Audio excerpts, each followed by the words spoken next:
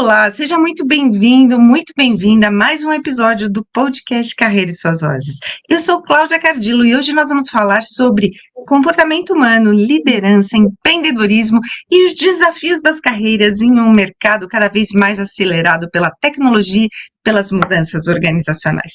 E para essa conversa tão necessária, principalmente no momento atual, eu recebo Jorge Matos, mestre em gestão de negócios pela GV, especialista em desenvolvimento humano, CEO da eTalent e uma das maiores referências no Brasil em comportamento e gestão de pessoas. Com mais de 40 anos de experiência, Jorge já impactou milhares de profissionais e empresas por meio das metodologias inovadoras voltadas ao potencial humano e à transformação organizacional. Jorge, seja muito bem-vindo ao episódio de hoje, que está imperdível. Bom dia, um prazer, tá sendo um prazer estar aqui com você. Espero que a gente possa trocar boas ideias, boas informações e agregar algum valor para o seu público. Fico muito feliz porque o objetivo do Carreira e Suas Vozes é ser um espaço em que a gente fornece informações, metodologia, novidades para os empreendedores poderem empreender com mais vantagem competitiva no mercado, né? E ao longo dessa entrevista, para você que está chegando agora, nós vamos entender como desenvolver uma carreira sólida em tempos de inteligência artificial e quais as competências são mais valorizadas tanto agora quanto para os próximos anos e os erros que impedem até o crescimento profissional. Então vamos lá, Jorge. Como é que você chegou até aqui? Por que o desenvolvimento humano? Por que você escolheu essa carreira? Olha, a questão da definição de estar ligado à questão humano-comportamental, ela se origina lá na época que eu era ainda aluno na universidade, e eu me perguntei qual é o caminho que eu ia trilhar para chegar a ser presidente de uma empresa, né? E aí tinha pelo menos 4 grandes opções. Uma opção na área financeira, uma opção na área industrial, uma outra opção na área de marketing, e a outra opção seria exatamente na área de recursos humanos. E eu falei assim, olha, talvez o mais importante dentro de uma organização é conhecer a natureza humana, conhecer a questão do comportamento. Então, a minha decisão de entrar em recursos humanos, ela se originou muito, muito cedo na minha vida, quando eu comecei a minha formação em administração de empresas. E era uma época em que não se falava em saúde mental, em implantação de NR1, né? Começava a se falar mais sobre o indivíduo dentro da empresa, mas ainda ele não era olhado com esse olhar tão específico como é hoje, né? E a partir daí, em que momento que você decidiu abrir a sua empresa? Como é que ela atua no mercado? O que representa a eTalent para você? Importante isso. Veja, eu acho que o mundo até a década de 60 do século passado, ele vinha numa determinada velocidade, num determinado padrão, num determinado, vamos chamar, nível de mudança, e a partir da década de 60 do século passado, essa coisa, ela se transforma radicalmente, e ela vem num crescimento absolutamente exponencial. Então, a cada dia, na prática, o ser humano ele é mais exigido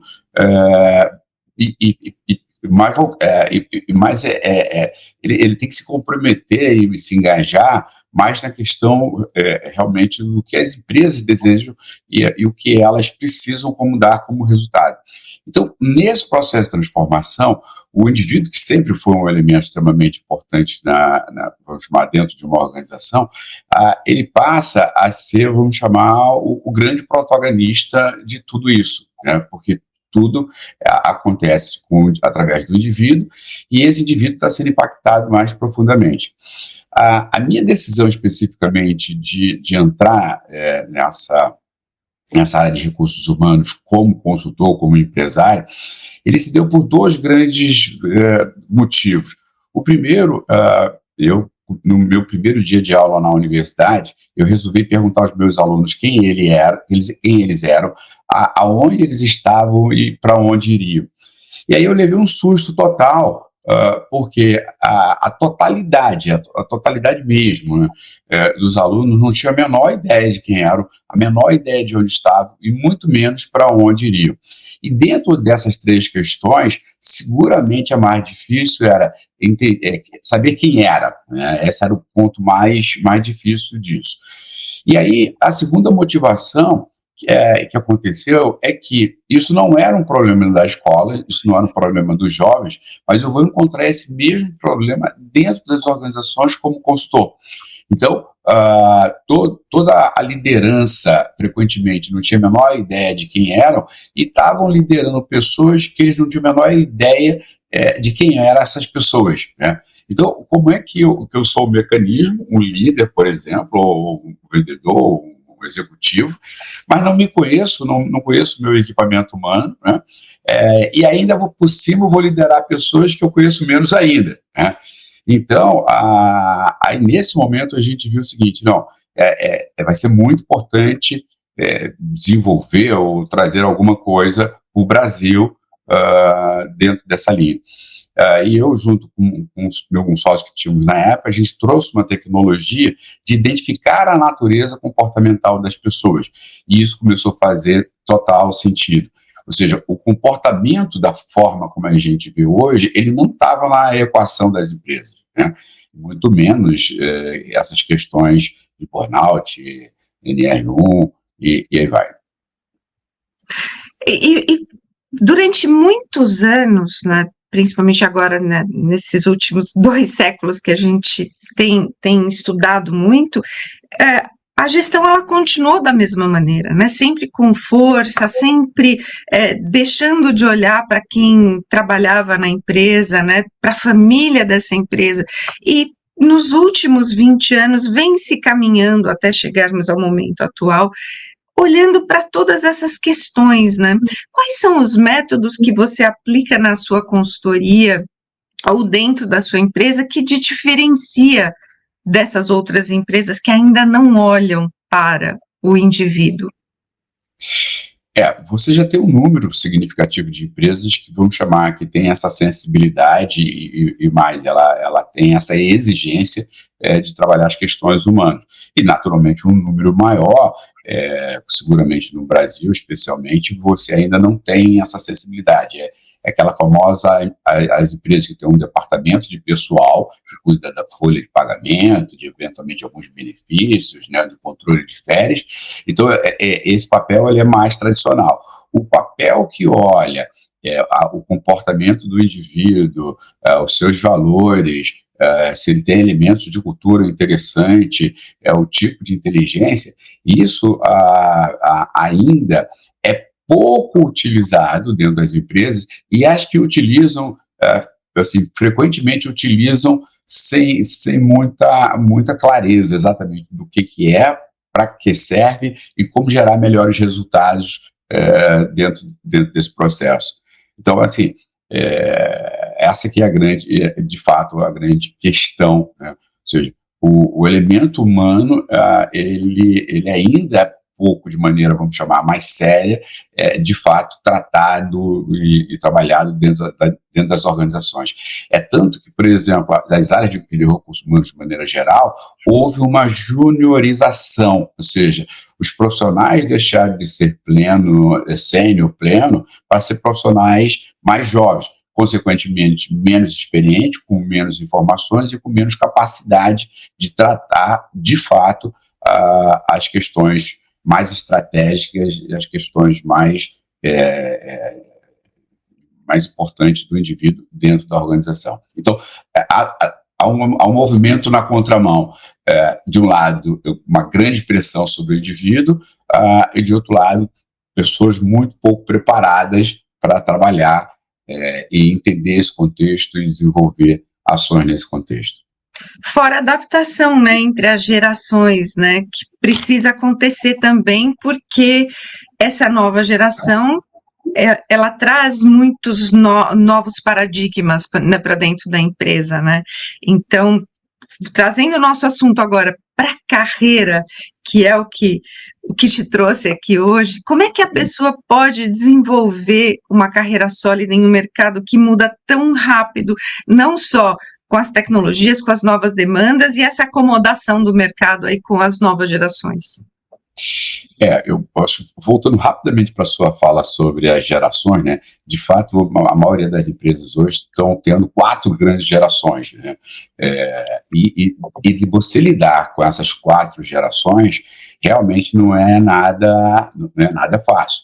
Especialmente, eu entendo que a última geração, que ela entra dentro de um contexto empresarial, onde é uma geração que foi muito mimada, que não aprendeu a ter resiliência, que não desenvolveu capacidades, porque a geração dos pais atuais querem dar muito conforto aos filhos, e esse conforto ele é muito perverso. Eu brinco dizendo que assim, você jamais vai criar músculo sem pegar peso, né? Então, jamais você vai ter resiliência se você não sofrer, se você não chorar, se você não tropeçar e se você não levantar. Então, eu acho que esse é um grande fato. Quanto à questão que você trouxe, né, de construir carreiras sólidas, eu entendo que, assim, tem uma pergunta que eu acho que todo mundo faz, que é o seguinte: qual vai ser a profissão do futuro, tá certo, né? E aí, essa pergunta, na minha visão, ela é inadequada, porque talvez a profissão que hoje a gente entenda no futuro, sequer ela exista num cenário, sei lá, de alguns anos mais à frente. Então, quando eu pergunto qual vai ser vamos chamar, a característica, ou a profissão do futuro, eu acho que a gente está fazendo a pergunta errada. Eu acho que a pergunta que a gente deveria fazer sempre é: quais são as características, as competências, os conhecimentos, os comportamentos que eu devo manter permanentemente nessa minha jornada profissional.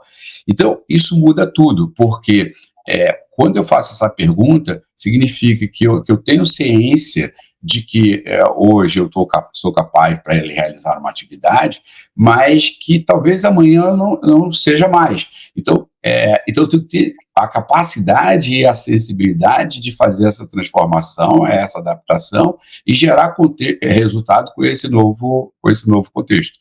Então, na verdade, a grande pergunta é: o que eu devo fazer, independente da escolha que eu fiz, para me manter como o profissional, não do futuro, mas do presente.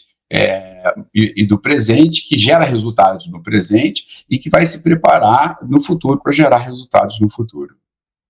É interessante essa reflexão que você trouxe, porque quando a gente fala de tendência de carreira, a gente não pensa que pode haver uma mudança na economia, no mercado, e que essa tendência possa não acontecer, né? Então, é muito importante a gente pensar sobre isso e se qualificar, tanto no operacional, mas principalmente no comportamental, né? Nas nossas competências, na nossa personalidade, o que falta para a gente para aumentar a nossa aderência, né, dentro das empresas. Eu percebo o quanto o gestor ele tem dificuldade, o líder tem dificuldade de conhecer as pessoas, como você trouxe, porém de poder adequar, né, todas essas personalidades lá dentro, né, de um mesmo time. Então a gente realmente precisa olhar para essa questão, né? E quando a gente fala disso, Jorge, quais são os erros mais comuns que os profissionais eles cometem nesses times ao tentar crescer dentro de uma empresa? Tá. De fato, é o seguinte, assim, o que eu tenho que...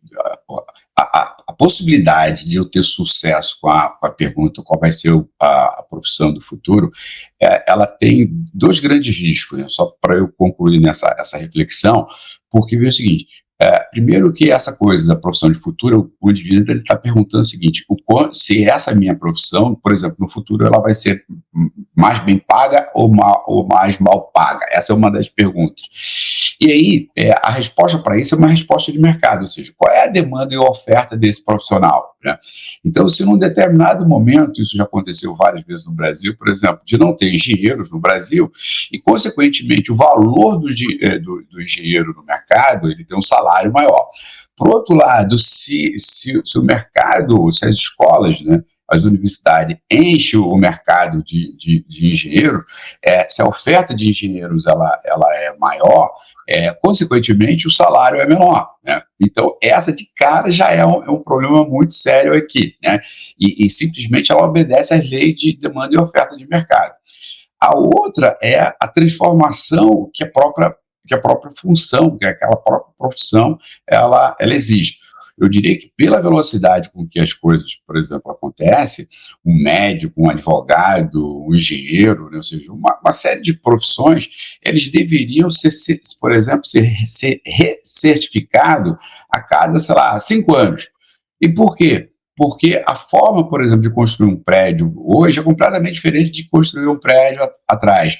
Um advogado que estava preparado para leis de 5 anos atrás, possivelmente já mudou completamente.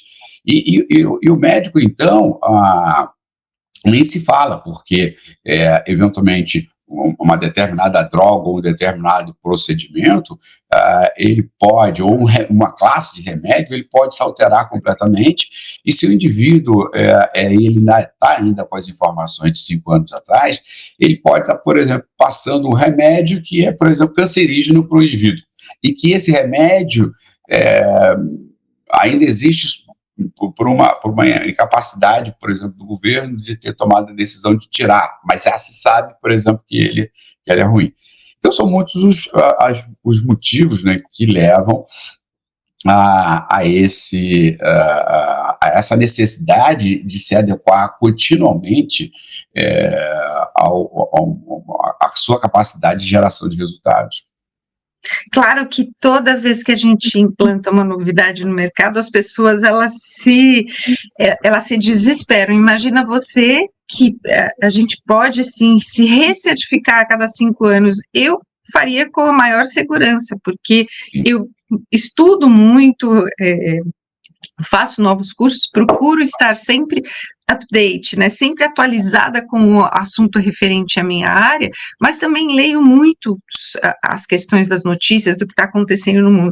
E tem gente que é muito nichado, fica só fechado naquela questão, não consegue olhar para tudo que está acontecendo no mundo. Então, eu vou lá, endosso a sua questão de ter uma ideia dessa, porque vai fazer com que possa salvar muito mais vidas, né, dentro da área médica, salvar muito mais construções, evitar de prédios desabando. Então, tem uma série de questões aí que são muito importantes, né. E, Jorge, o que é que diferencia profissionais que alcançam cargos de liderança daqueles que permanecem estagnados? Eu sei que está relacionado ao que a gente está falando, mas eu quero ouvir melhor o teu ponto de vista. Olha, eu acho que no Brasil tem um problema muito grande, porque na prática você entra dentro de uma organização e a partir de um determinado momento ou você vai ser um líder, né, ou seja, um gestor em uma determinada área, e aí você cresce eventualmente como gestor, ou você eventualmente paralisa aqui. E isso é um erro, porque deveria se construir carreiras que levasse para o caminho da liderança, mas carreiras técnicas também que levasse por exemplo, a um consultor master, a um profissional, um técnico de nível, por exemplo, de alta excelência master, ter em tese condições parecidas por exemplo, de um líder. Bom, e aí o que acontece? Nem todo mundo tem, vamos chamar, a natureza comportamental, por exemplo, para ser um líder, né? Então, às vezes a escolha, por exemplo, de não liderar pessoas tem muito a ver, é muito menos uma questão de desejo e muito mais uma questão de natureza comportamental, porque algumas pessoas desejam liderar pessoas, porque ele tem uma capacidade de tomada de decisão forte, ele é extremamente persuasivo e empático, ele é flexível e dinâmico, ele sabe, sei lá, ouvir e ter uma visão de conjunto, e aí essas características levam ele, impulsionam ele por um caminho da liderança. Mas veja, ele pode possuir outras características, por ser muito preciso, detalhista, e minucioso, seguir regras, um procedimento, por exemplo, do outro lado, ser muito estruturado, organizado, um planejador por excelência, não necessariamente gostar de pessoas e estar ali se relacionando com pessoas, mas que esse indivíduo, que tem, vamos chamar, um viés mais técnico, ele poder ter um nível de status semelhante ao do líder, que é o que se chama de carreira em Y, ou seja, de um lado você vai a um grupo de pessoas que vai liderar e um outro grupo que vai fazer uma liderança, mas não sobre pessoas, mas liderança de inovação, de tecnologia, de conhecimentos, que são extremamente importantes. Então, acho que a primeira coisa é fazer essa distinção. E seguramente um dos erros que mais se cometem, você tem uma frase nas empresas que é o seguinte: perdemos o excelente técnico, né, e ganhamos um péssimo gerente, né? E por quê? Porque aquele indivíduo, ele eventualmente ele escolheu ser um líder, mas muito mais pelo status que a liderança dá a ele do que qualquer outra coisa. Então, essa é uma perspectiva, por exemplo, do encarreiramento. Mas você tem uma outra perspectiva que é o seguinte, né? E essa, na minha opinião, ela é 10 mil vezes mais perversa. Porque vamos imaginar duas pessoas, né? O João e Maria, né? Vamos supor aqui. E aí, os dois começam a atividade dentro de uma determinada empresa, vamos supor, o João começou a atividade dentro de uma determinada empresa, aprendeu aquela atividade, vamos supor, em 1 hora, e as próximas 10 mil horas ele repetiu exatamente da mesma maneira. Né? Aí vou pegar agora a Maria, que aprendeu aquela atividade em 1 hora, mas a cada vez que ela foi fazer aquela atividade, ela foi melhorando. Daqui a 10 mil horas, João e Maria se colocam numa posição de ambos terem 10 mil horas, por exemplo, de experiência. Mas na realidade não, porque Maria tem 10 mil horas de experiência, porque ela foi melhorando a cada segundo, e João tem 1 hora repetida 10 mil vezes. Então, esse é o indivíduo que fica pelo caminho, né? Esse fica. E o pior é que, como ele não tem essa capacidade de refletir sobre essa minha fala nesse momento, ele acha que está sendo injusto. Então, dando, vamos chamar, uma condição maior, melhores bônus, melhores salários para Maria, né?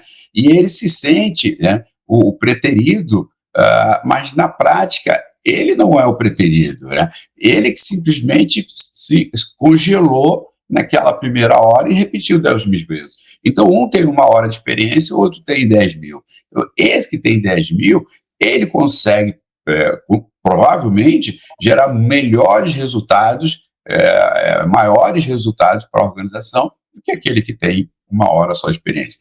Então, esse literalmente é o ficar pelo caminho.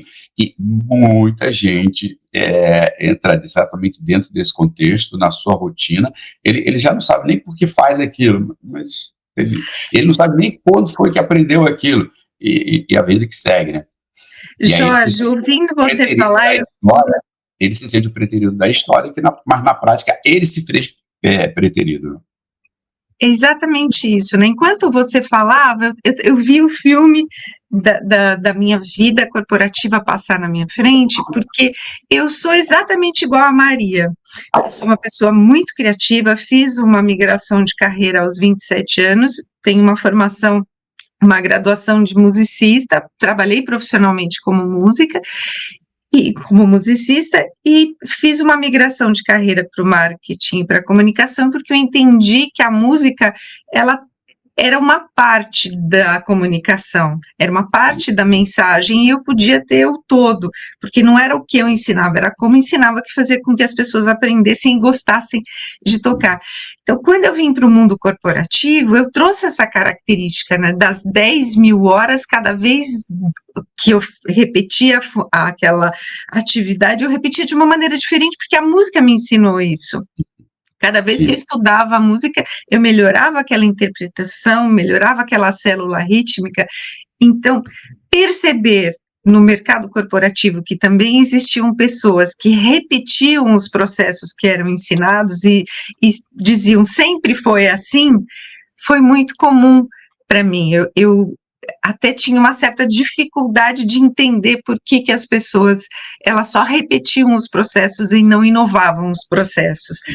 E eu também cresci ouvindo que a liderança, ela é nata, porém que a gente precisa lapidar essa liderança, e foi exatamente o que eu fiz, porque eu, quando vim para o mercado da comunicação, eu estudei muito, então era muito técnica, mas para ser líder eu não podia ser só técnica, eu precisava ser empática, eu precisava me colocar dentro da operação junto com o meu time para poder entender quais eram as dificuldades. Aí eu fui desenvolvendo essas habilidades e competências que faziam com que o meu time vestisse a minha camisa mais rápido. Você acredita que empreender exige esse perfil nato ou habilidades podem ser desenvolvidas mesmo ao longo do tempo? Olha, eu acredito que cada ser humano ele tem uma grande competência numa determinada área. Vamos chamar, ele tem uma segunda competência, vamos chamar uma segunda área, e sinceramente a partir daí ele passa a ser um grande rolão, né? Porque no fundo a gente tem um determinado foco, um determinado estômago para determinadas coisas. O que eu diria? Sim, existe um certo padrão, por exemplo, para ser empreendedor. Né? E o que normalmente se espera do empreendedor?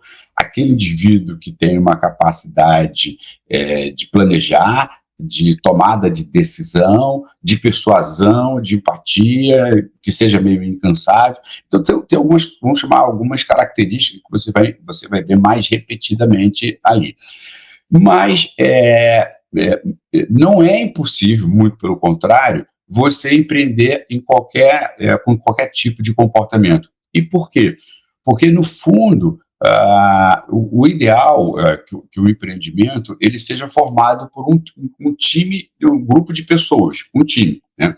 Então, se eu me conheço, por exemplo, e eu tenho uma grande capacidade, uma grande velocidade na capacidade de tomada de decisão, por exemplo, eu deveria ter alguém no meu time que pudesse produzir informações analíticas suficientes para me complementar, tá certo? Né? E dar as informações que me ajudem a tomar a decisão. Por outro lado, vamos chamar que eu tenho uma dificuldade grande de fazer um processo mais estruturado e mais organizado. Então, eu deveria ter pessoas, novamente, que me complementassem, me dando aquilo que eu não tenho. Então, quando a gente fala principalmente de comportamento, a gente está falando de duas dimensões que é importante. Primeiro, o que eu tenho e que eu posso me desenvolver, né? E o que eu não tenho, que eu posso ser complementado por outras pessoas que vão me dar exatamente aquilo que eu não tenho. E aí é que tem a grande riqueza. Eu gosto muito de brincar com a seguinte situação. A gente tem uma ferramenta, né, um inventário comportamental, e normalmente quando a pessoa recebe o seu relatório, ele vê lá o relatório e alguns tipos mais em especial, ele olha para o relatório e diz, cara, eu sou o the best, né? Eu me amo. Veja aqui, ó, Jorge, a perfeição aqui, né, da pessoa. E aí eu brinco dizendo o seguinte, que quanto mais the best o indivíduo se acha, mais the besta ele é. E por quê? Porque o the best não está na individualidade, o the best está no time. Então, quando você forma um time com pessoas complementares da sua natureza, aí você tem uma riqueza absolutamente, vamos chamar, intransponível, sólida, funciona de fato assim, como um grande escudo protetor, se você tem um time que se complemente e que cada um sabe exatamente o seu papel, e cada um entregue para o outro aquilo que o outro precisa. E aí, nesse caso, o somatório dos resultados, né, a soma do resultado é maior do que a soma das partes. Aí você tem a sinergia e a mágica de uma empresa, né? Que legal, é exatamente isso, né? A gente precisa de pares, né? De pessoas que complementam a gente o tempo todo, porque a gente não dá conta de tudo sozinho, primeiro, e a gente não gosta de fazer tudo, e a gente não tem habilidade e competência para tudo. Então, a gente precisa ser humilde o suficiente para saber que a gente precisa dividir as tarefas, né? E quanto mais a gente divide, mais fácil fica, né? Sim. Principalmente nessa questão do time. Tem algumas atividades que precisam ser feitas individualmente. Desenvolver a linha de um projeto, você vai conversar com o seu time, mas quanto menos pessoas escreverem esse projeto, eu percebo aqui na agência de comunicação que eu tenho, né? Quanto menos mão coloca no começo, o negócio flui. Depois, sim, eles podem opinar e podem mudar, mas pelo menos no começo a gente estabelece uma ou duas pessoas para poderem desenvolver isso. E trazendo um pouquinho a questão para o momento de empreender, como é que você identifica, ou como é que a pessoa, o profissional, pode identificar o momento certo para sair do emprego e investir no próprio negócio? Olha, eu entendo que o momento certo, sinceramente, não é quando ele está lá chateado com a empresa, com o chefe que está eventualmente exigindo dele, sabe? Não é esse momento que normalmente as pessoas, às vezes, de maneira impensada, tomam decisões, saem das empresas e começam a empreender, né? Na verdade, assim, o momento certo, teoricamente não existe, mas teria alguns cuidados ideais que a pessoa deveria ter, né? Então é o seguinte, eu vou empreender em uma determinada atividade, né? Então, o ideal era que eu tivesse a proposta de valor naquela atividade bem estruturada, que eu tivesse um ecossistema assim, bem desenhado, bem definido, idealmente eu tivesse o produto ou o serviço já ali para ser testado, que eu experimentei, e alguns clientes experimentaram e gostaram. E você ter, entre outras coisas, por exemplo, uma capacidade financeira, talvez de pelo menos 6 meses a 1 ano, financeiramente falando, de se manter e sem necessariamente o negócio dar resultados, né? Porque se você não tem esse fôlego financeiro, de se manter, sei lá, de 6 meses a 1 ano, né, como uma recomendação básica, você provavelmente vai entrar no que, por exemplo, se chama o caminho dos ratos, né? O que é o caminho dos ratos? O indivíduo coloca uma empresa, ele começa a se endividar, porque ele tem que comprar tecnologia, sistema, processo, insumos de produto, ele tem que alugar pessoas, ele tem que contratar. Então, se ele começa, vamos chamar, com uma dívida, a energia dele para pagar essa dívida e o custo, por exemplo, da dívida no Brasil, a questão das taxas, dos impostos de maneira geral, é muito perversa.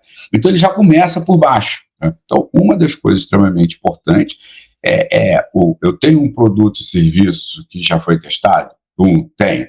2, eu tenho a infraestrutura básica necessária, ou eu sei como chegar a essa estrutura básica? Tenho. 3, eu tenho um fôlego financeiro de 6 meses a 1 ano? Tenho. Então, eu diria que se você responde positivo, por exemplo, a essas questões, e eventualmente outras, mas talvez essas 3 principais, eu diria que esse é o momento certo para você avançar. E aí, no caminho inverso, né, qual é o momento errado? Eu briguei com o meu chefe, eu não gosto dessa empresa, eu pedi demissão, eu não tenho dinheiro para absolutamente nada, eu não sei exatamente o que eu vou fazer, e me coloco como empresário, como empreendedor, e aí as possibilidades de fracasso, elas serão muito grandes. A pessoa que vai empreender, ela realmente precisa se planejar e se organizar antes, porque depois ela começa a ficar desesperada e muitas vezes o negócio acaba não dando certo, fecha as portas exatamente por causa disso, né? Jorge, a gente... Três quartos das empresas no Brasil fecham entre o primeiro e o quinto ano, né? Então, é muito mais fácil você fechar do que se manter. E acho que ficam, grande parte das vezes, é o empresário não trabalhando por um legado, não trabalhando por um prazer, não trabalhando pela realização, mas simplesmente, às vezes, para pagar as dívidas e os juros que ele entrou, né? Então, a quantidade de empresários hoje no Brasil absolutamente endividado é muito grande. Então, termina sendo uma jornada com muito mais dor do que com benefícios. E o que eu ia complementar aquela hora é que a gente vê muitas mulheres empreendedoras no início de jornada que elas acabam que não sabem dividir o dinheiro da empresa com o dinheiro pessoal, pegam esse dinheiro, fazem a retirada, não reinvestem na empresa, e aí o cartão de crédito pessoal está endividado, o cartão da empresa.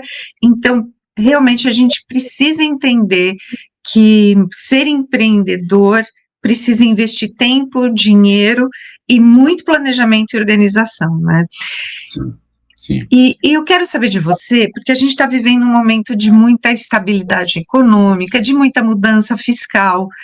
Quais são as estratégias que ajudam as empresas a crescer sem comprometer a sustentabilidade do negócio? Olha, essa é uma questão extremamente complexa, né? Porque o Brasil, de fato, é um emaranhado de leis que, no fundo, você não tem muita clareza, né, de que você realmente está fazendo algo certo, né? Porque, eventualmente, tem uma lei que troca a natureza da outra, que impõe, eventualmente, novas exigências o tempo inteiro. Então, por exemplo, de cara, o empreendedor, ele vai ter que alocar, ou ele pessoalmente, se ele não tiver condições, ou contratar profissionais que o ajudem nessa jornada fiscal, tributária, né, que existe hoje no Brasil e que ela é extremamente perversa. Mas, veja, eu posso me precaver, né, de determinadas coisas,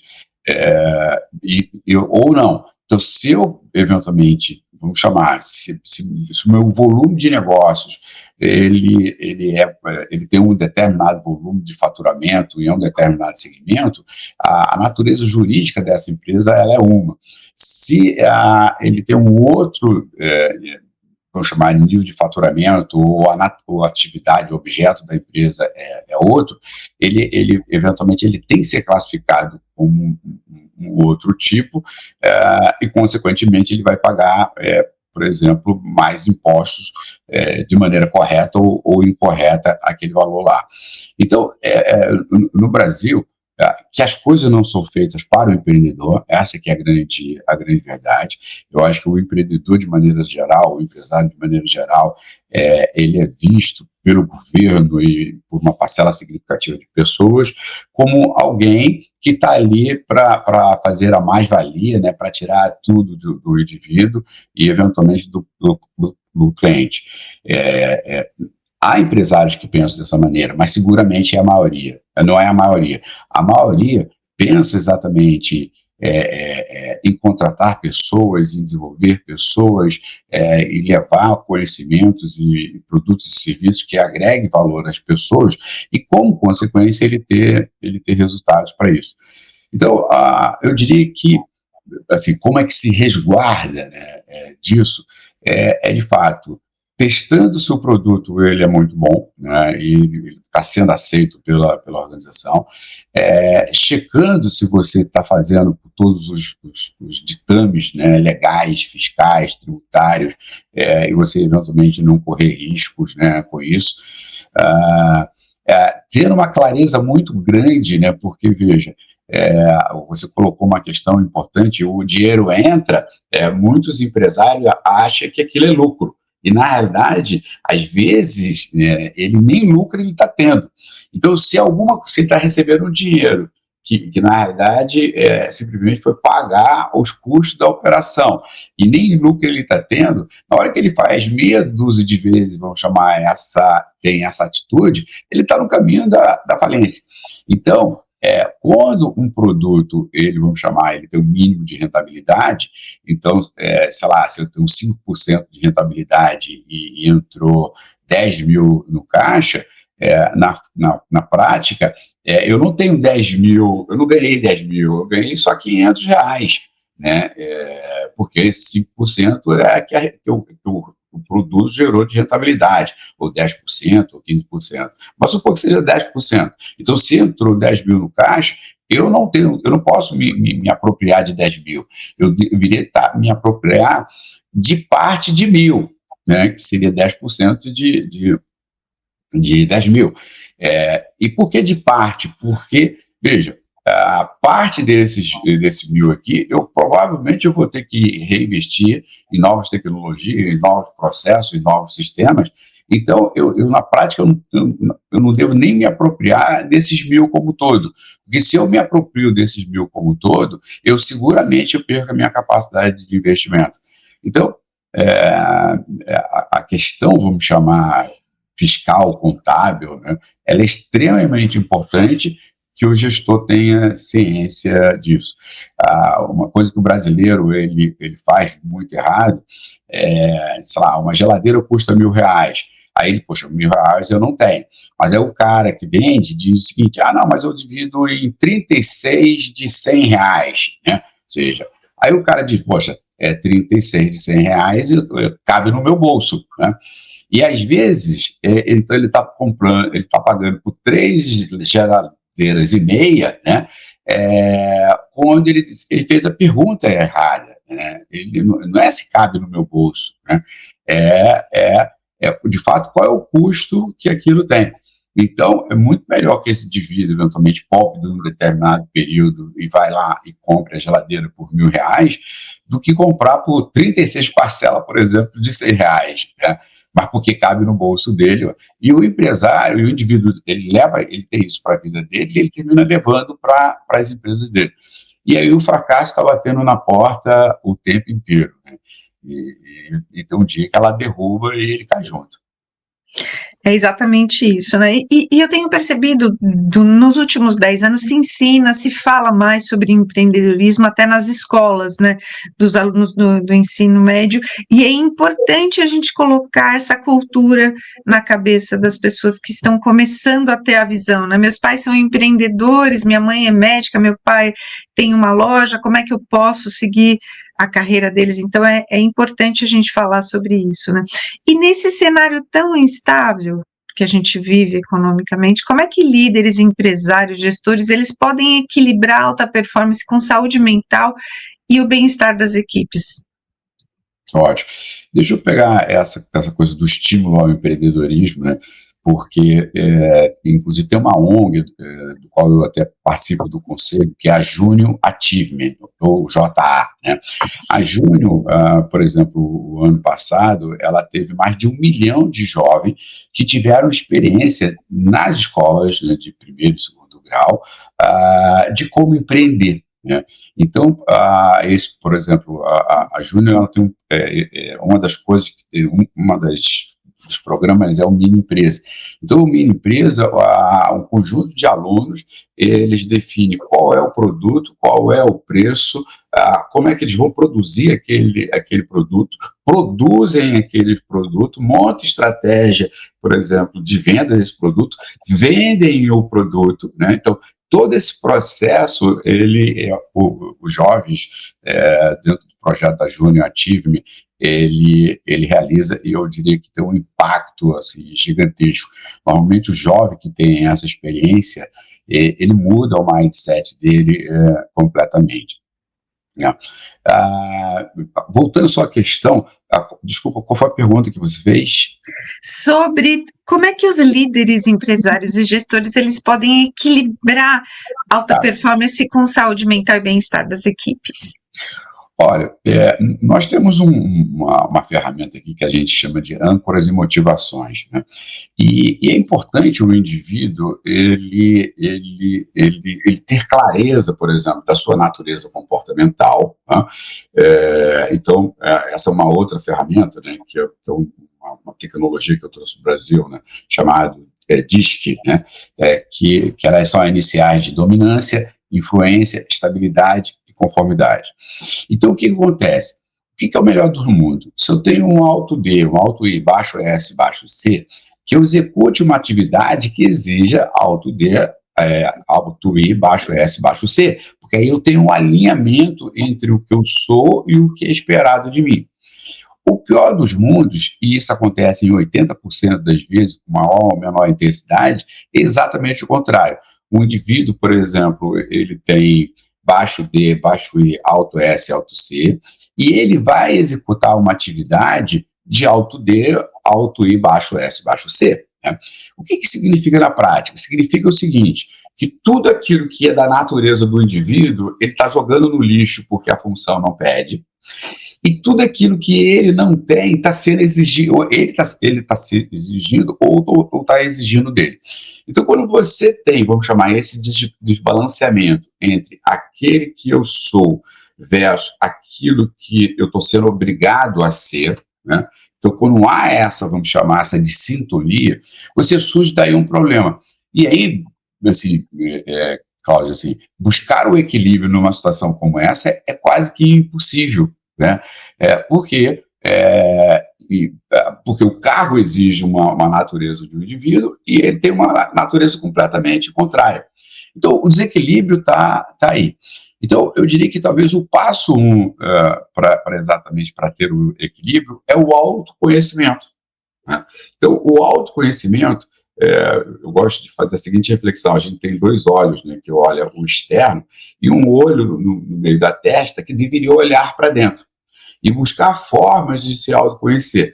Então, a base, por exemplo, desse equilíbrio, ele começa aí por o indivíduo se perguntar quais são as minhas características comportamentais, qual é o meu tipo de inteligência, qual é o meu histórico de sucesso, de experiências que, mesmo sendo feito de maneira acadêmica, não profissional, mas que eu fazia com muito prazer. Então, se eu tenho um conjunto de elementos, então veja, se eu tenho um comportamento adequado, eu trabalho com um objeto do qual eu sinto orgulho daquilo, se eu tenho um tipo de inteligência adequado para aquele tipo de atividade, se eu consigo gerar, vamos chamar, e gerar resultados e ter prazer com isso, então significa que eu já parto de um alinhamento mais correto. E aí a possibilidade de equilíbrio ela é muito grande. Por outro lado, quando isso não acontece, né, para começar, por exemplo, eu tenho um comportamento que é diametralmente oposto àquilo que é exigido de mim, eu dificilmente vou conseguir o equilíbrio, né?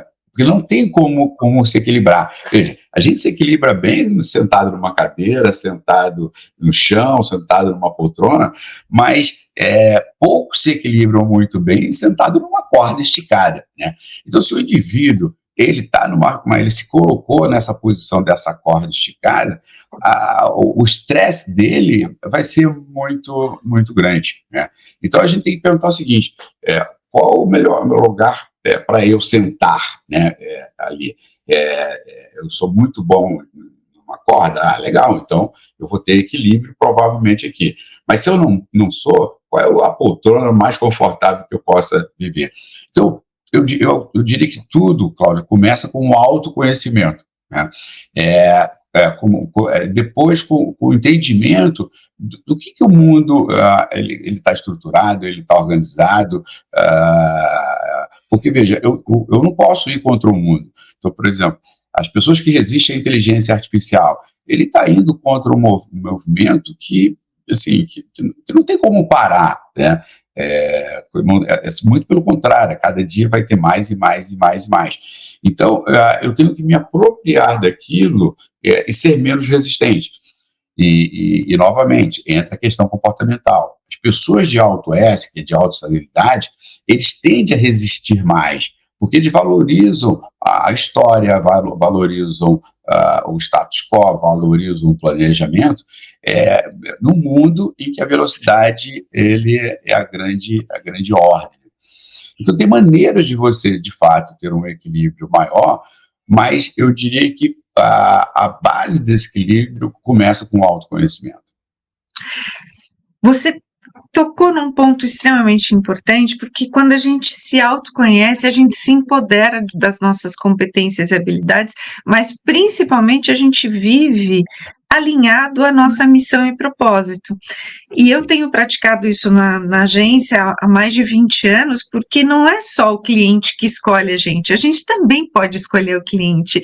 Então, aquele cliente que está alinhado aos nossos valores, que entende o nosso propósito, a gente trabalha com muito mais alegria, com muito mais sinergia e tudo flui muito mais naturalmente. E ao longo do tempo eu entendi que muitas vezes é malhar ferro, malhar o fogo em ferro frio, né? Que a gente fica ali fazendo o que a gente faz de melhor, mas muitas vezes o cliente não entende. Então, essa troca também é importante, é trazer para a gente clientes que também entendam o nosso propósito, que valorizem os nossos serviços e projetos, e quanto mais a gente faz essa escolha ativa no nosso dia a dia, mais clientes sinérgicos aparecem. Então, não é só trabalhar pelo dinheiro, é trabalhar com prazer e com propósito também, né? Sim, você colocou uma questão extremamente importante. De fato, as empresas, né, e os indivíduos também, né, deveriam eles tomarem a decisão seguinte, cara, eu quero trabalhar dentro dessa empresa, eu quero ter essa empresa como cliente, né, e aí ele, eventualmente, ele nem contrata, mas mais à frente, se ele contratou e vê que não ele tem que demitir, né, então, quando o indivíduo, por exemplo, ele pede demissão de por exemplo, uma organização, no fundo é uma outro tipo de leitura, mas ele está demitindo aquela empresa da vida dele, né? Então, não é a organização que demite, né?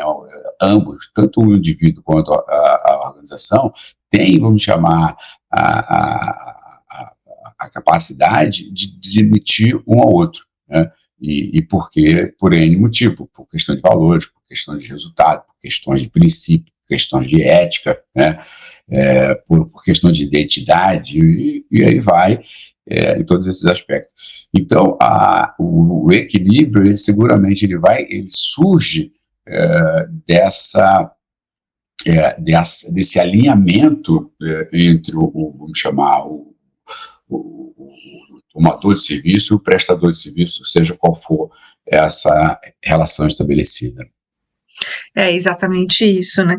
E nesse meio de tempo a gente percebe que muitos profissionais, eles não focam em relacionamento. E o networking, ele ainda é decisivo para o crescimento profissional, Jorge? Como é que as pessoas podem construir essas conexões de forma mais estratégica? Eu até ampliaria essa sua fala da seguinte maneira, né? Hoje você, vamos ter um domínio de uma determinada técnica, que sempre foi importante, mas mais importante do domínio de uma determinada técnica é a capacidade sua de relacionamento, né? Aí. Então, as relações, ela é a essência, no fundo, da natureza humana. Então, o indivíduo que quer ter sucesso, que ele quer se encarreirar, a capacidade dele de se relacionar, de ter uma visão sistêmica, de inovar, são elementos chaves para o sucesso desse indivíduo dentro da organização. E aí você colocou o network, ele é importante. Eu diria que não é importante, não, ele é fundamental, né? Ele é fundamental. E eu vi ao longo das minhas mais de 4 décadas de chamar de experiência, que acontece um fenômeno, às vezes, muito interessante. O indivíduo está ali no mercado, ele está desempregado, então ele procura se relacionar com todo mundo, ele procura, de alguma forma, ter alguma oportunidade, e vai. Só que, num determinado momento, quando ele se emprega, né, às vezes ele se empodera, talvez até a arrogância, né, suba, de uma maneira que, a partir daquele momento, por exemplo, ele sente como se não tivesse mais a obrigação de manter contato, de manter conexões, de conversar com as pessoas, de ouvir as pessoas. Então, assim, são poucos os empresários que têm e executivos que têm essa sensibilidade de manter as conexões, mesmo ele não precisando.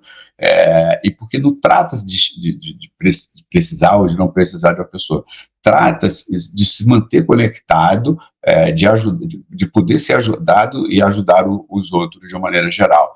E do ponto de vista de negócio, do ponto de vista de venda, do ponto de vista de liderança, os relacionamentos é a base de tudo isso. Eu não tenho a menor dúvida de afirmar isso. E é impressionante, né, como o ser humano se esquece, né, no momento em que ele precisa, ele realmente vai atrás, né, e quando ele não precisa mais, ou ele acredita que ele não precisa mais, ele esquece daquela pessoa. E eu acredito que muita gente já tenha passado por isso no mercado, né, eu mesma, né, quantas pessoas eu não ajudei profissionalmente com a mentoria de carreira, muitas vezes a pessoa nem fala que fez, porque acredita que seja demonstrar vulnerabilidade, né, quando ela pede ajuda para se tornar mais apto àquela função, e lá na frente a gente se encontra no evento, a pessoa finge que nossa, não posso nem falar com você agora, não tenho tempo, né, finge que não tem tempo, né, é engraçado isso, a gente percebe isso ao longo da vida da gente, e a gente aprende a lidar com isso também, né, porque nós trabalhamos com pessoas, que é o que eu falei anteriormente, né, que muitas vezes não são sinérgicos ou que não têm a mesma proposta, né, de missão e valores, mas cabe a gente continuar em frente, né, e continuando a ajudar cada vez mais as pessoas, né. E quero até comentar com você, quero que você dê a sua opinião, que a gente já falou sobre isso diversas vezes, mas eu vou tocar nesse assunto de novo da inteligência artificial. Quais são as carreiras que tendem a ganhar força e quais são as carreiras que vão precisar se reinventar a partir de agora? Olha, eu tenho feito a seguinte analogia do que é a inteligência artificial geral, né? Primeiro que, assim, acho que não tem nenhum fenômeno ao longo de toda a civilização humana que se assemelhe ao que está acontecendo do ponto de vista da inteligência artificial. Então, assim, não dá para comparar, na minha opinião, com nada. E ela, ou seja, na hora que o ser humano criou algo que verdadeiramente já pensa, né, e que pensa num nível de celeridade, um nível de amplitude, um nível de profundidade que não tem nada semelhante com o que a gente, o que aconteceu. Eu diria que fica difícil você projetar qualquer tipo de função, de profissão no futuro que vá se sobrepor, né? Porque, em tese, e voltando à minha analogia da inteligência artificial, porque eu vejo ela com a força de um tsunami, né?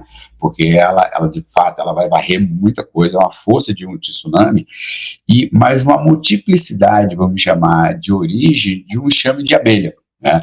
Então, ela está vindo de todos os lados. Tem um mapa que mostra, por exemplo, o que a inteligência artificial ela já é capaz de fazer, e o outro é o quanto a gente está utilizando dessa capacidade dela de fazer. A cada dia está se aumentando vamos chamar, a capacidade de entrega da inteligência artificial, e a gente já não consegue acompanhar nessa mesma velocidade o que ela pode nos dar. Né? Então, eu diria que em qualquer área, ou em grande parte das áreas onde a inteligência está se conectando, em que os profissionais, de maneira geral, eles estão aquém da capacidade da inteligência. Bom, então, essa é a primeira reflexão. Segundo, assim, sim, ela vai ser capaz de memorizar com muito mais,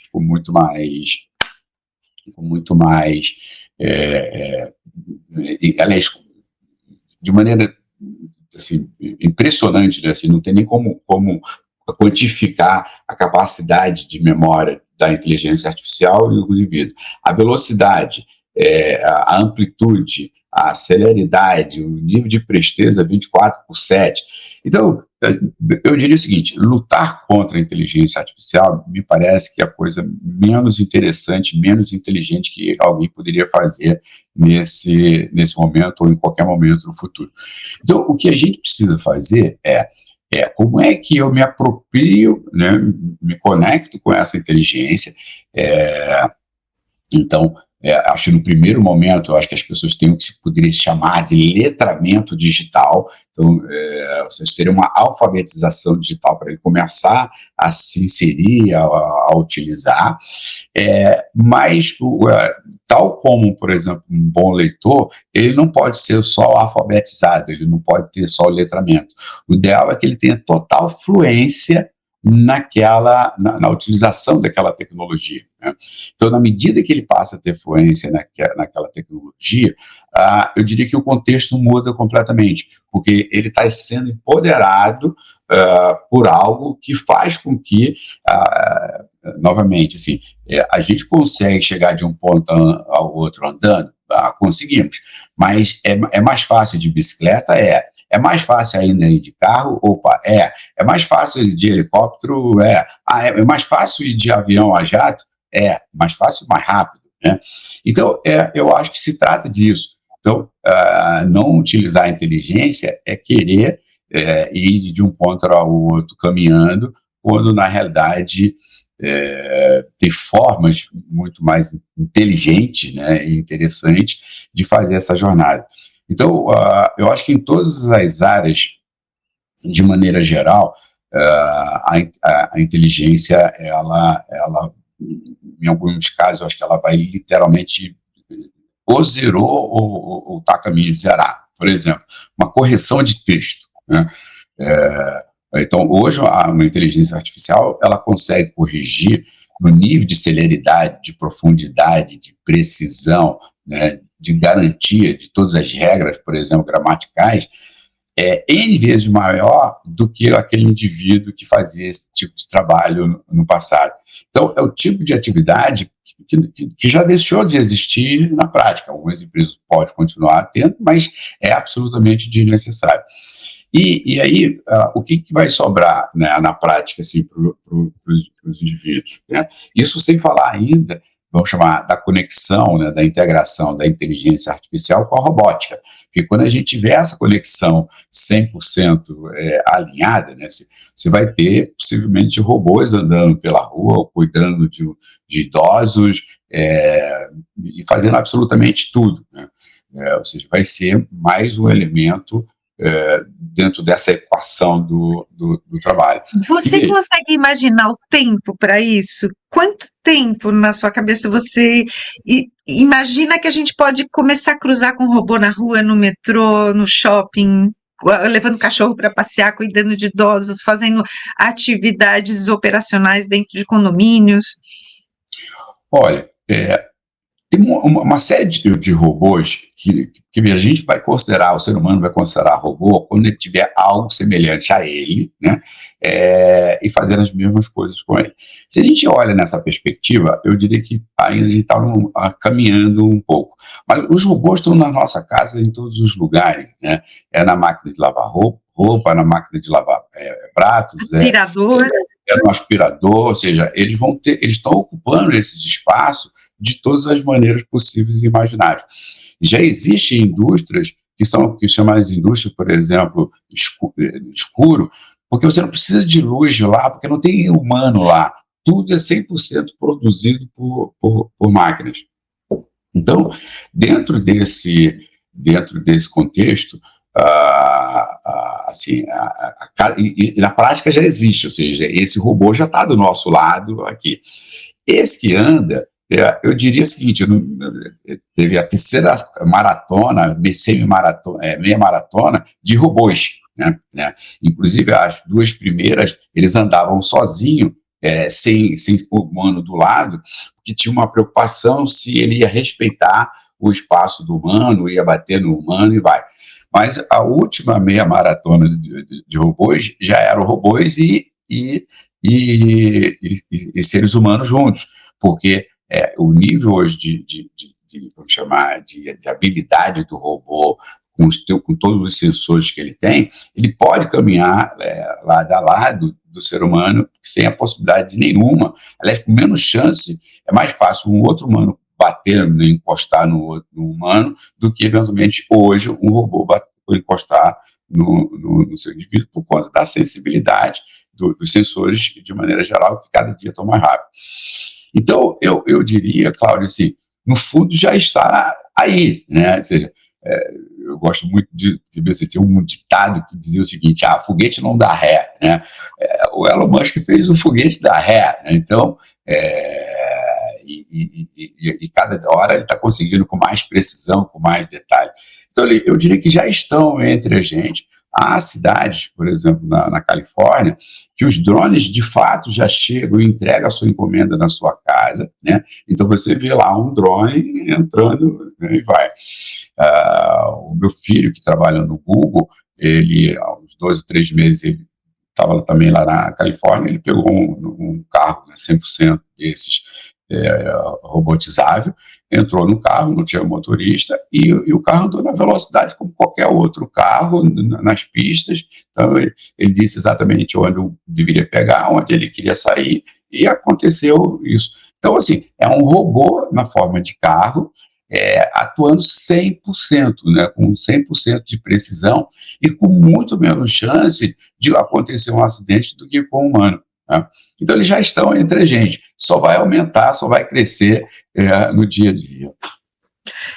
Que delícia de conversa, estou amando o nosso bate-papo, mas a gente está chegando ao final, Jorge. Eu quero saber de você, de que cidade você está falando e qual é o conselho que você pode deixar para quem quer empreender, mas sente medo ainda de fracassar ou não sabe por onde começar.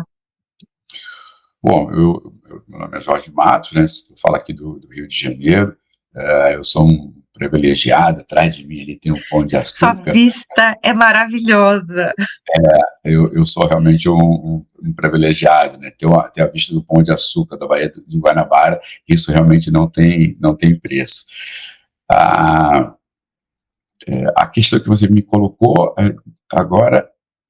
É sobre quem quer empreender, mas sente medo, como é que a pessoa pode começar ou por onde ela vai começar? Tá. Eu diria o seguinte, né? Assim, se ela vai começar, novamente, ela tem reserva financeira, né, para segurar 6 meses a um ano. Então, acho que essa é uma questão importante. Ela tem um produto ou serviço que o mercado está disposto a pagar por isso, dentro do padrão que ele entende que vai ter a rentabilidade necessária. E depois, assim, empreender é algo extremamente complexo, porque, no fundo, você tem que entender de relacionamentos, você tem que entender de mercado, você tem que entender de questões fiscais, tributária, tecnologia, ou seja, você tem que ter um conjunto de conhecimentos, que o ideal é que você ter um conjunto de pessoas com você que te complemente, né? Hoje tem um grande facilitador que, de fato, é a inteligência artificial, porque, por exemplo, essa pergunta que você me fez, se qualquer pessoa hoje entrar na inteligência artificial e quiser formular essa pergunta, ele vai ter um conjunto de respostas muito bem elaborada. Se você chegar adicionalmente o seguinte: bom, agora monte um plano para mim, ele vai montar o step by step, né, para esse tipo de negócio. Então, são facilitadores incríveis que tem. Então, voltando, né, eu acho que todos os elementos que eu citei, ele é importante. Entender qual é a sua natureza, né, eu entendo que principalmente na questão do empreendimento, o autoconhecimento é fundamental, porque que tipo de sócio eu deveria buscar para me complementar? Que tipo de pessoas deveriam estar no time me alavancando e eu complementando? Então, o autoconhecimento ele é muito importante. E o empresário, ele tem que ver que ele tem uma atividade, vamos chamar, processual. Por que ela é processual? Ele tem que planejar bem essa atividade. Depois de planejar, então ele tem que ter uma capacidade de planejamento. Depois ele tem que tomar as decisões. Então ele planeja, toma as decisões. Na hora que ele tomou as decisões mais importantes e com muito foco, ele vai ter o terceiro estágio disso, que é a busca, vamos chamar, do capital, dos recursos, das pessoas que vão atuar com ele. Depois ele tem que estruturar todo esse processo de maneira, vamos chamar, minimamente organizada, com menor quantidade de falhas e o mais, vamos chamar, estruturado possível. Depois ele executa essa operação, né? Ou seja, ele tem que agora executar aquela atividade, ou ele, ou alguém a partir dele, e as duas últimas etapas, ele controla, ele tem que ter controle, né, financeiro, fiscal, tributário, de almoxarifado, e por último ele gerencia. Então, e aqui é interessante porque na perspectiva de processo, ele é exigido por conhecimento bem distinto em cada uma dessas etapas e são exigidos por naturezas comportamentais também distintos dessa etapa. Vou dar um exemplo meu aqui. Eu não sou necessariamente um bom planejador.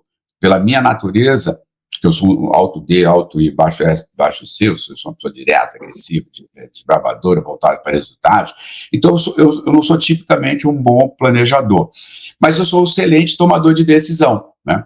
Então, o que acontece? Se eu não sou um bom planejador, ou eu me imponho a planejar, que eu não posso simplesmente dizer, não, planejar não é importante. Não, ele é fundamental. Ou eu planejo, ou eu contrato pessoas que me ajudem a planejar. E aí, como eu sou um bom decisor, eu vou tomar decisões provavelmente muito rapidamente e bem acertadamente. Então, o papel do empreendedor, ele é processual, né? Ele tem, cada etapa vai exigir conhecimentos diferentes, comportamentos diferentes e capacidade de gerar resultado de maneira diferente. E isso é difícil, né? Para fechar aqui, você veja, você tem atividades que elas são mono, eu chamo de mono, por exemplo, um piloto de avião, ele executa todo o processo. O copiloto, na prática, não é um indivíduo que está ali complementando a atividade dele, não. O copiloto hoje é um segundo piloto que está ali à disposição para, na necessidade, vamos chamar, né, que eventualmente o piloto, capitão, ele está tendo, o copiloto ele possa entrar no jogo. Então, o piloto, ele faz 100% daquelas atividades, né? O empresário, o empreendedor, isso não acontece. Ele pode estar dentro de um papel, numa visão mais estratégica, e ter especialista para cada uma dessas áreas, do planejar, do decidir, do executar, do controlar e do gerenciar, né? Então, esse é um bônus. O ônus é que são as relações, e as relações não são algo fácil, né? Ou seja, o ser humano continua sendo um elemento importante da equação, e a base dessa, vamos chamar, entre o empreendedor e os profissionais, a base de tudo isso é o autoconhecimento e o relacionamento que se estabelece a partir daí, né? Que conselho maravilhoso esse, hein? Então, quem conseguir colocar na prática já tem pelo menos 30% do caminho já encaminhado, porque você já trouxe a diretriz, você já mostrou o norte, já trouxe a luz no final do túnel, não é? E é extremamente importante para quem deseja empreender tomar todos esses cuidados, né? Perceber, se autoconhecer antes de começar uma empreitada e precisar parar no meio, mudar de caminho, porque não sabe o que fazer, né?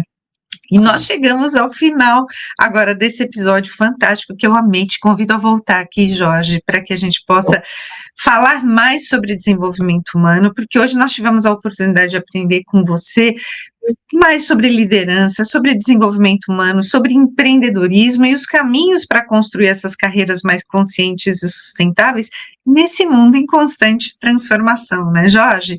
Muito obrigada pela sua participação, pelos ensinamentos que você trouxe e reflexões tão importantes sobre comportamento, inovação e o futuro do trabalho. Muito obrigada. Cláudio, eu que agradeço essa oportunidade, né, da gente estar aqui conversando e de, se possível, agregar algum valor para os seus seguidores, né, para os seus ouvintes. Que vão passar a te seguir também, né? Vão passar a te perseguir para poder ouvir os seus conselhos que foram fundamentais aqui na nossa conversa.